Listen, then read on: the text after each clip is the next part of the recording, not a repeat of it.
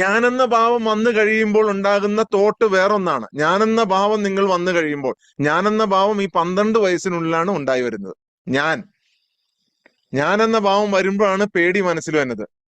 ഞാനെന്ന ഭാവം വരുമ്പോഴാണ് ആത്മവിശ്വാസക്കുറവ് മനസ്സിൽ വരുന്നത്.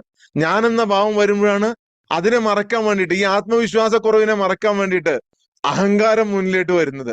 ഞാനെന്ന ഭാവം വരുമ്പോഴാണ് മറ്റുള്ള ആളുകൾ പറയുന്നതിനെ അസൂയയോടുകൂടി പരദൂഷണം പറയാൻ തുടങ്ങുന്നത്. ഞാനെന്ന ഭാവം വരുമ്പോഴാണ് നിങ്ങളുടെ ജീവിതത്തിൽ എല്ലാ നന്മകളും അസ്തമിച്ചു പോകുന്നത്. ഞാനെന്ന ഭാവം വരുമ്പോഴാണ് നിങ്ങള് ആ പരമാത്മാവുമായി, ഈശ്വരനുമായി, ദൈവവുമായുള്ള കണക്ടിവിറ്റി വിട്ടുകളയുന്നത്. ആ ഞാനെന്ന ഭാവം, ആ ഈഗോ, ഇപ്പോഴുള്ള നിങ്ങൾ, ഞാൻ നിങ്ങളെല്ലാം അഭിസംബോധന ചെയ്യുന്നത്. അതുകൊണ്ടാണ് നിങ്ങൾക്ക് സമാധാനം കിട്ടുന്നത്. നിങ്ങൾ തുടർച്ചയായി ഇത് ഇങ്ങനെ പഠിച്ചുകൊണ്ടിരിക്കുക, എന്താണെന്ന് ഇത് കേട്ടുകൊണ്ടിരിക്കുക. ഇത് കേട്ടുകൊണ്ടിരിക്കുമ്പോൾ ആ മനസ്സിനെ നിങ്ങൾക്ക് മാറ്റാൻ പറ്റും. മനസ്സല്ലാതെ, അത് നിങ്ങളല്ല. യഥാർത്ഥ നിങ്ങൾ എന്ന് പറയുന്നത് ദൈവത്തിൽ നിന്ന് വിട്ടകന്നിട്ടാണ് നിങ്ങൾ ചിന്തിക്കുന്നത്. ദൈവം വേറെ എവിടെയോ ഇരിക്കുകയാണ് എന്നാണ് നിങ്ങൾ ചിന്തിക്കുന്നത്. പറഞ്ഞു പഠിപ്പിക്കുന്നത് അങ്ങനെയാ അല്ലെ? ഏഴാൻ ആകാശത്തിനപ്പുറത്ത്, ആകാശപാളികൾക്കപ്പുറെ, എവിടെയോ അങ്ങകലെ, ഒരുപാട് ദൂരെ അല്ലെ? അതാരാ പറയണത്? നിങ്ങളുടെ പ്രസവത്തിലൂടെ നിങ്ങൾ പുറത്ത് വരുന്നത്, നമ്മൾ കുട്ടിയായി പുറത്തു വരുന്നത് നമ്മുടെ ശരീരമാണ്. അതിന്റെ ഒപ്പം ആത്മാവ് എപ്പോഴോ വന്നിട്ടുണ്ട്. ആത്മാവ് അതിനു മുമ്പേ ഉണ്ട്. ആത്മാവാണ് വന്നത്. ഇനിയും അനന്തമായിട്ട് ഇത് പോയിക്കൊണ്ടിരിക്കും. വന്നത് എവിടുന്ന? പരമാത്മാവിൽ നിന്ന്, ദൈവത്തിൽ നിന്ന്, ഈശ്വരൻ നിന്നല്ലേ വന്നത്. എന്നാലേ നമുക്ക് അങ്ങോട്ട് തിരിച്ചു പോകാൻ പറ്റുള്ളൂ. ആ ഈശ്വരൻ അപ്പൊ തൊട്ടടുത്തുണ്ട്. അല്ലാതെ എങ്ങനെയാ വരാൻ പറ്റുക?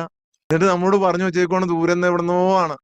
നമ്മള് സമാധാനവും സന്തോഷവും ദൈവത്തെയും അന്വേഷിച്ച് ലോകം മുഴുവൻ അലയുകയാണ് അല്ലെ? ലോകം മുഴുവൻ അലയുകയാണ്. ഇന്ന് ഇവിടെ വച്ച് നിങ്ങൾ ആ ഞാനെന്ന ഭാവം വെടിഞ്ഞു നോക്ക്.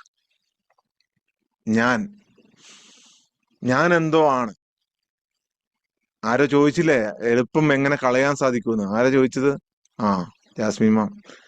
എങ്ങനെയാണ് മനസ്സിൽ കടന്നുകൂടിയ ഈ സാധനങ്ങളെ എളുപ്പം കളയാൻ സാധിക്കുന്നത് എന്ന് പറഞ്ഞു കഴിഞ്ഞാൽ, ഞാൻ എന്തോ ആണ്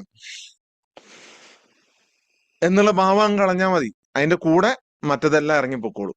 അല്ലെങ്കിൽ രാവിലെ മുതൽ നിങ്ങളെ പുലരി മുതൽ വൈകുന്നേരം വരെ ഈ മന്ത്രിച്ചുകൊണ്ടിരിക്കും. നിങ്ങളുടെ ഉള്ളിൽ ഫൈറ്റ് ചെയ്തുകൊണ്ടിരിക്കും.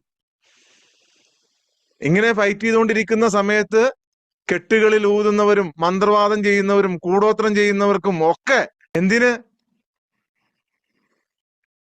അതൊന്നും അല്ലാതെ നല്ലത് എന്ന് വിചാരിക്കുന്ന ആളുകൾക്ക് പോലും നിങ്ങളെ ഭയപ്പെടുത്താൻ പറ്റും, നിങ്ങളുടെ ആത്മാവിനെ. ആ ഭയപ്പാട് എന്റെ ശിഷ്യന്മാർക്ക് ഉണ്ടാവാൻ പാടില്ല, ഇവിടെ വരുന്നവർക്ക് ഉണ്ടാവാൻ പാടില്ല, ഇവിടെ പങ്കെടുക്കുന്നവർക്ക് ഉണ്ടാവാൻ പാടില്ല.